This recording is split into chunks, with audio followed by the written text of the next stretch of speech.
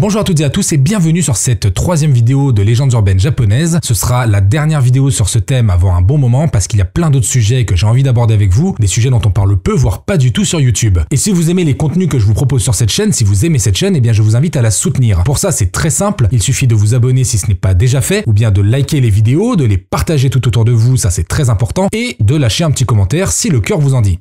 Ceci étant dit, c'est parti pour 3 monstres absolument terrifiants que je vous souhaite de ne jamais rencontrer lors de votre séjour au Japon.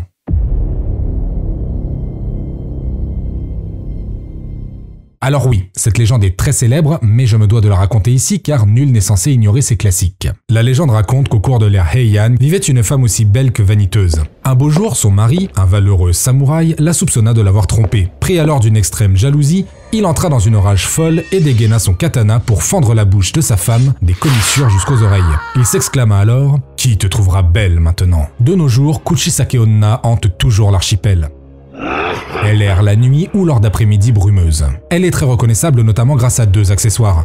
Premièrement, elle porte sur elle un masque chirurgical pour cacher ses plaies, et deuxièmement, elle porte une paire de ciseaux. Lorsqu'elle croise quelqu'un, souvent un enfant ou un adolescent, elle lui demande « Suis-je belle ?» Si l'interlocuteur répond oui, elle enlève alors son masque et dit « Suis-je belle, même ainsi ?»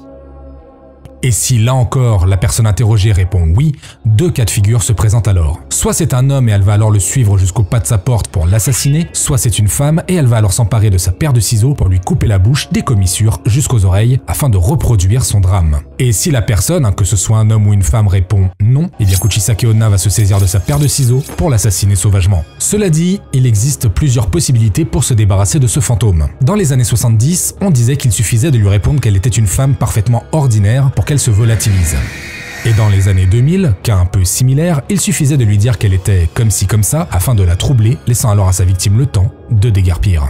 D'autres versions disent qu'il faut lui donner des bonbons, parce que pourquoi pas, ou lui retourner les mêmes questions pour qu'elle soit perturbée par ce changement de rôle et s'enfuit.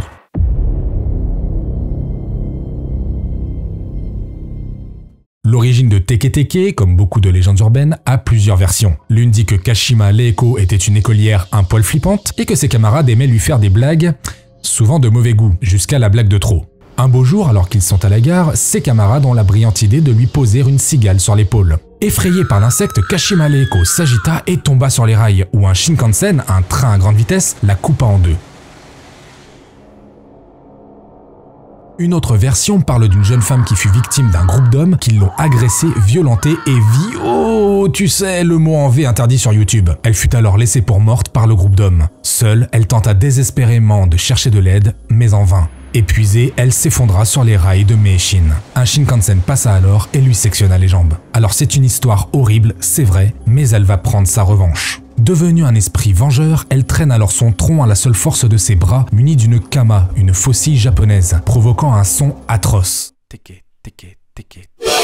C'est de ce son qu'elle tient son nom de Teke Teke. Cette créature est à la recherche de ses jambes et vous risquez de la rencontrer dans les zones urbaines et plus particulièrement évidemment dans les gares du Japon. Teke Teke est connue pour tuer les malheureux qui croisent sa route. Son mode opératoire est très simple, elle tranche ses victimes en 2 à l'aide de sa kama avec une vitesse surhumaine d'un train lancé à vive allure. Son but étant évidemment de reproduire sa tragédie sur ses victimes. Mais avant de vous tuer, Teke Teke vous demandera « Où sont mes jambes ?»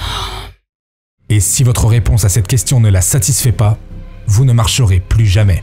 Alors oui, ça veut dire que vous avez la possibilité d'éviter le pire avec Teke Teke. En effet, lorsqu'elle vous posera sa fameuse question, répondez-lui qu'elles sont sur les voies ferrées de Meishin. C'est une voie ferrée qui se situe entre Nagoya et Kobe. Elle risque alors de vous demander « Qui te l'a dit ?» Alors, il vous faudra répondre que c'est Kashima Leiko qui vous l'a dit. Il se peut ensuite qu'elle vous demande « Quel est mon nom ?» Vous devrez alors répondre Kamen Shininma, qui signifie littéralement masque personne décédée démon, parce que pourquoi pas. Enfin, sachez qu'une version de cette histoire dit que Teke Teke apparaît devant vous 1 mois après que vous ayez eu vent de son histoire. J'espère donc pour vous que vous n'êtes pas au Japon.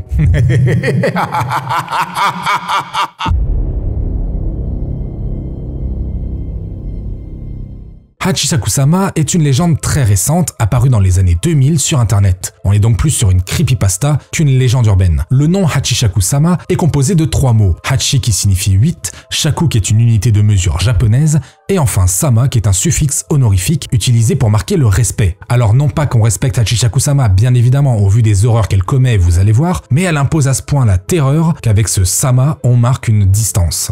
La créature ressemble à une belle grande femme d'à peu près 3 mètres de haut. Elle a les cheveux longs et noirs et elle porte une robe estivale blanche et un chapeau blanc à large bord. Et ce personnage vous rappelle sans doute une créature du jeu Resident Evil 8, je veux bien sûr parler de Dimitrescu.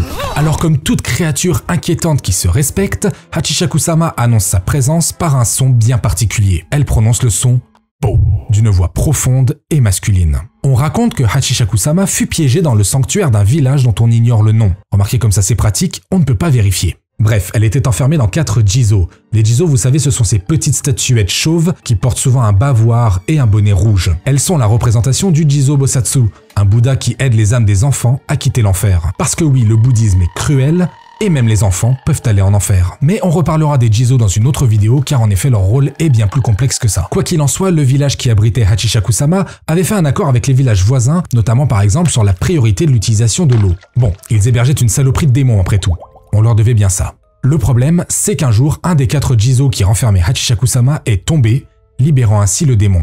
Hachisaku-sama s'en prend uniquement aux enfants et tente de les attirer en imitant la voix de leurs parents, leurs grands-parents, leurs oncles, leurs tantes, bref, n'importe quel membre de la famille dont ils sont proches. Et si l'enfant se fait avoir, il disparaîtra à tout jamais.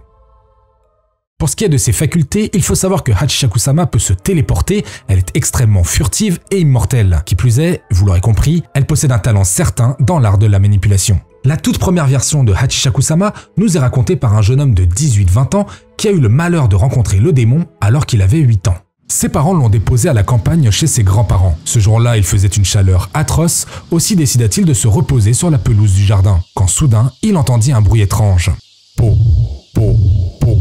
Il aperçut alors un chapeau de femme derrière les arbres. En s'approchant, il comprit rapidement que le bruit provenait bel et bien de ce chapeau. Et en regardant derrière les arbres, il vit Hachisaku-sama. Le démon disparut alors soudainement. De retour dans la maison, il expliqua ce qu'il avait vu à ses grands-parents qui sirotaient une bonne tasse de thé. Papy et mamie ne prêtèrent pas vraiment attention à l'histoire de leur petit-fils, du moins jusqu'à ce que l'enfant mentionne la taille de l'étrange femme. Les grands-parents devinrent alors aussi blancs qu'un cul privé de soleil et le grand-père appela immédiatement une sorcière tandis que la grand-mère tremblait de peur. Le garçon ne comprenait rien et demanda en pleurs ce qui se passait. Son grand-père lui répondit simplement « Tu plais à Hachisaku-sama » puis il partit chercher la sorcière. De retour, il enferma le garçon dans sa chambre et lui ordonna de n'ouvrir à personne sous aucun prétexte.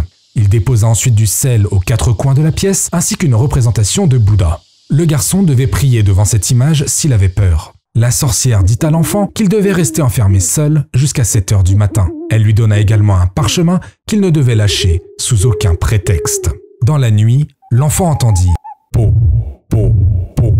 Puis la voix de son grand-père lui criait d'ouvrir la porte s'il avait peur. L'enfant n'ouvrit cependant pas et pria Bouddha à genoux, tandis que le sel devenait noir et que des coups à la fenêtre retentirent. Il survécut toutefois à cette terrible nuit. Soulagé, ses grands-parents et ses parents pleurèrent de joie. Dorénavant, il devait fermer les yeux s'il la revoyait, et il la revit. Sur le chemin du retour, par la fenêtre de la voiture, il aperçut Hachisaku-sama. Il ferma alors les yeux, serrant fort son parchemin. Lui seul pouvait la voir, mais les parents purent entendre des coups violents sur la carrosserie du véhicule. La sorcière pria alors, et l'enfant ne revit plus jamais Hachisaku-sama. Et c'est ici une fin de vidéo. Je te remercie de l'avoir regardé jusqu'au bout. J'espère qu'elle t'aura plu. Et sur ce, je te dis à très bientôt pour de nouvelles vidéos sur de nouveaux thèmes. Sur Tout est bon dans le Japon. Jane.